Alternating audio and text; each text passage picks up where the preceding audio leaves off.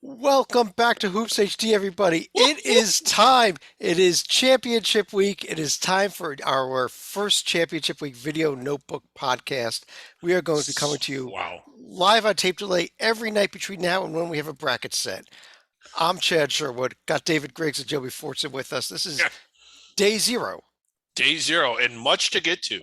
So championship week starts tomorrow and all the conference tournaments, all of the action for a lot of these teams, it's their last chance to make the dance. Everybody that's in it gets to play until they lose. What's the count? 336, 337. I know I just saw it a second ago. 337 teams left still with a shot to win it all. All right, to win it all. And we're going to go through it all tonight. Yes, it is Sunday evening, and so no games have started yet. But what we're going to be doing on these podcasts every night is we're going to start with some news and notes, which we're not going to do tonight because we're going to cover all that tomorrow night when we do a full Hoops HD report in connection Yeah. with our video notebook.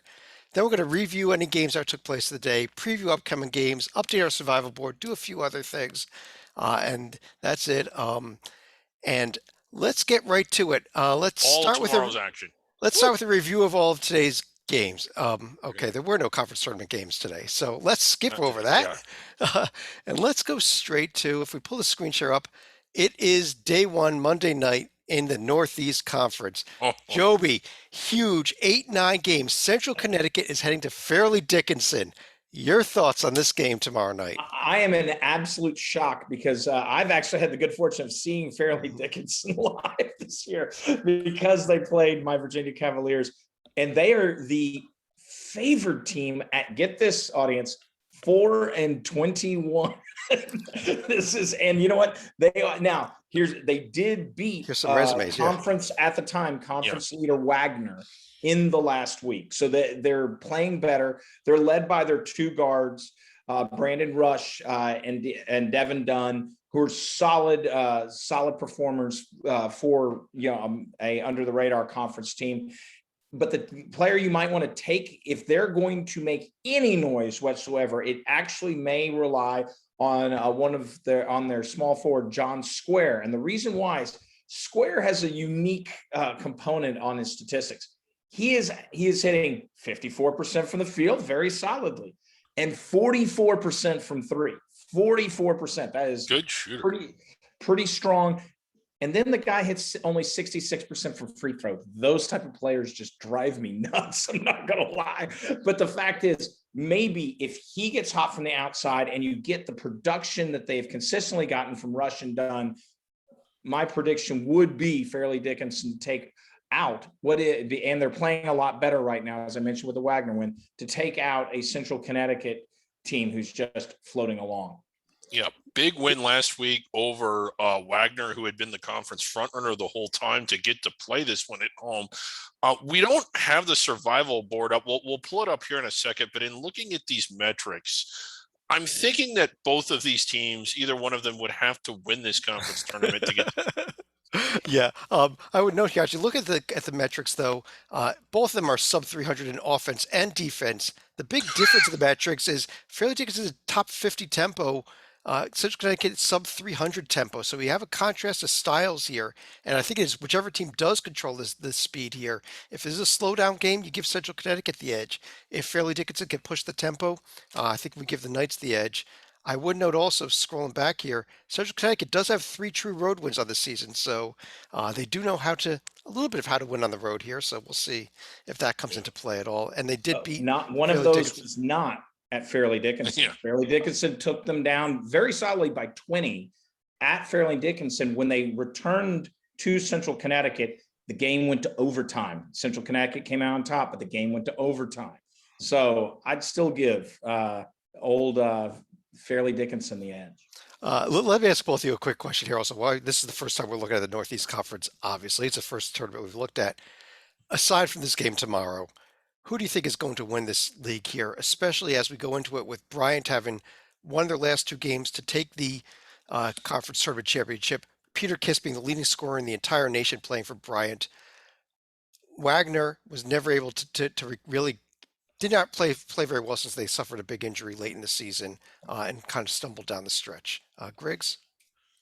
I'm still going to go with Wagner. They are noticeably, as you pointed out, not the same since the injury, but I mean, they were just blowing through this league like nobody's business all the way up until a week ago. It is discouraging to lose at Fairleigh Dickinson, and I know they lost at Bryant, but they were kind of in that game. I think that the way this tournament plays out, the fact that they don't play until Wednesday and they're at home, it kind of gives them a chance to kind of regroup and recollect themselves, and they should win the quarterfinal game and this and get some momentum and win the semifinal game too. I just think when it comes down to it, they're still better than Bryant, but watch out for Bryant. You need to download the NEC Sports app if you have not done that yet. Why for haven't the first two rounds? You will need that. Yes. Well, you should have it anyway. Joby, Always. I'm going Bryant. I'm going the other way. I just love the way that this team is playing right now. But which way you go to win this auto bid? You know, I mean, a week ago I definitely would have done Wagner, but I mean, losing to Fairleigh Dickinson is disconcerting. And then more importantly, the loss to Bryant this week, it's not about, that's a preview of how the championship will go, as much as the number, this is campus sites where the championship's held. It will be at Bryant. And I do think Wagner and Bryant will be the final. I think they are heads and shoulders above everyone else in the conference. Out there, you're not going to have a Mount St. Mary's run, I don't think, like you sometimes see out of this conference. Thus, Bryant, I would give the edge to, but Wagner, Wagner has the nice win against VCU. They can step up when needed, but the last week should be disconcerting. Yeah, that was Elijah Ford, by the way, the injury for Wagner. He was averaging over 11 points a game, so it was a significant injury. But that is our preview for tomorrow. So let's go ahead and update our survival board here. The survival board. We love the survival board. Griggs, can you tell everybody what this survival board is? By the way, if you want the conference tournaments, they're up there. If you want the survival board, up there as well. Well, this is a tool that we put together for the selection committee. It's so they can come here and they can see who all's left, and it gives them an idea of who they need to select, who they need to consider selecting, and who they should absolutely not select. It's a brilliant tool, and people are like, "Oh, come on, you guys are crazy. The committee does not have access to this." Yes, they do. They have internet in the committee room. We have confirmed that, so they can all pull this up and look at it while they're deliberating. Right. And if you go down through the survival board here, you see as we start championship week, we have 337 teams eligible. We mentioned at the top of the show. Yeah. Teams are in different colors. Blue means you're a lock. That means you are guaranteed to be in the tournament. If the committee is debating whether or not to put you in, if they see you in blue, you're in.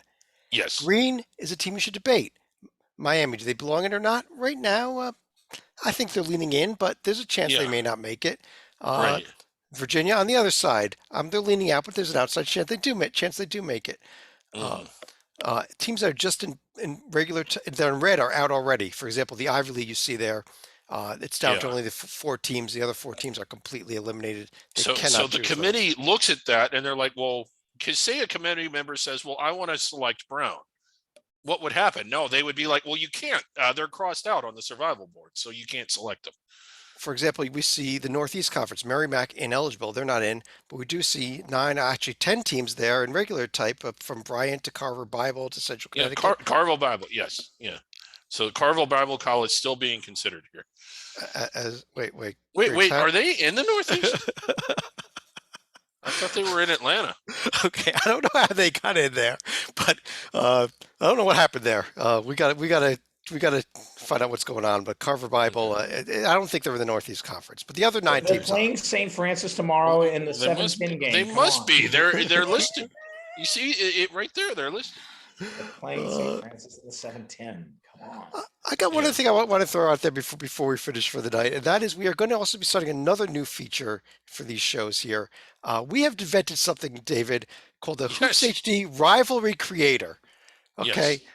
There are some great rivalries out there, like in the Northeast Conference, for example, you have St. Francis of Brooklyn and Long Island University. That is, as we all know, it's the Battle of Brooklyn. Battle of Brooklyn, yeah. But this will let us do not only pull up existing rivalries, but also let us create new rivalries if we want to. So if anybody out there is watching and you have 2 teams that you think should be rivals and need a rivalry game with a specific name to it, go ahead, tweet at us at HoopsHD or tweet me at @CSherwood_1973.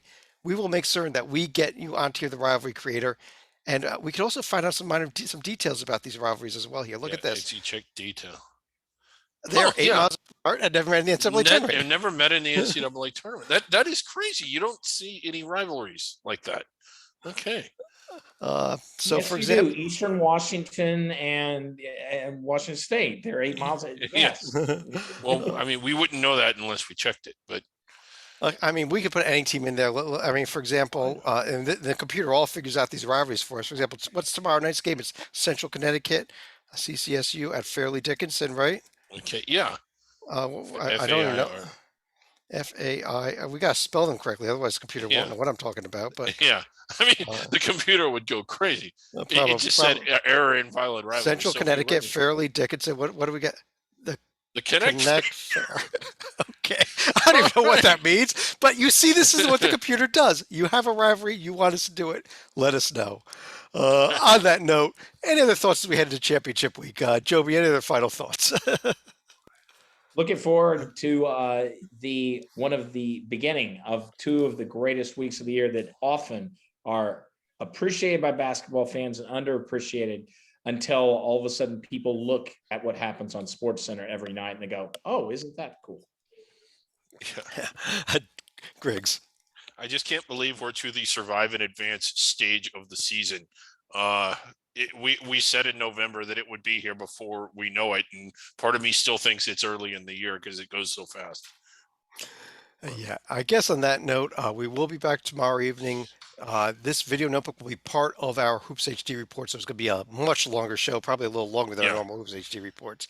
And then every night from here on out, after all the games are over, more or less, we will be Yeah. doing one of these video notebooks. But on behalf of Joby Fortson and David Griggs, I'm Chad Sherwood. Thanks for joining us. Enjoy the games. Talk to you again tomorrow night.